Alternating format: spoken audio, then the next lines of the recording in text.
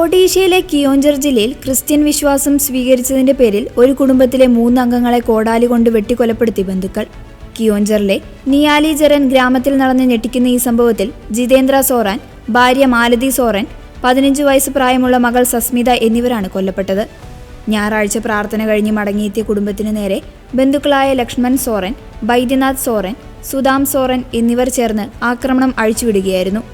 1 വർഷം മുൻപ് ജിതേന്ദ്രയും കുടുംബവും ക്രിസ്തുമതം സ്വീകരിച്ചതാണ് കൊലപാതകത്തിന് പ്രധാന കാരണമെന്ന് ഇവരുടെ മകൻ സുഗുഡ സോറൻ പറഞ്ഞു. തങ്ങളുടെ കുടുംബം മതം മാറിയത് ഗ്രാമത്തിൽ നിർഭാഗ്യവും രോഗങ്ങളും കൊണ്ടുവരുമെന്ന് ബന്ധുക്കൾ വിശ്വസിച്ചിരുന്നതായും ഇത് സംബന്ധിച്ച് നേരത്തെ ഭീഷണികൾ ഉയർന്നിരുന്നതായും മകൻ വെളിപ്പെടുത്തി.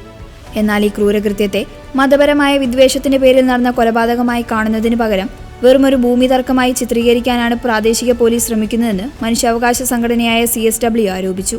കൃത്യം നടക്കുമ്പോൾ സംഭവസ്ഥലത്തുണ്ടായിരുന്ന ജിതേന്ദ്രയുടെ മറ്റു 2 പെൺമക്കൾ അത്ഭുതകരമായാണ് അക്രമികളിൽ നിന്ന് രക്ഷപ്പെട്ടത്. സുരക്ഷാ കാരണങ്ങളാൽ ഇവർ ഇപ്പോൾ രഹസ്യകേന്ദ്രത്തിൽ തുടരുകയാണ്.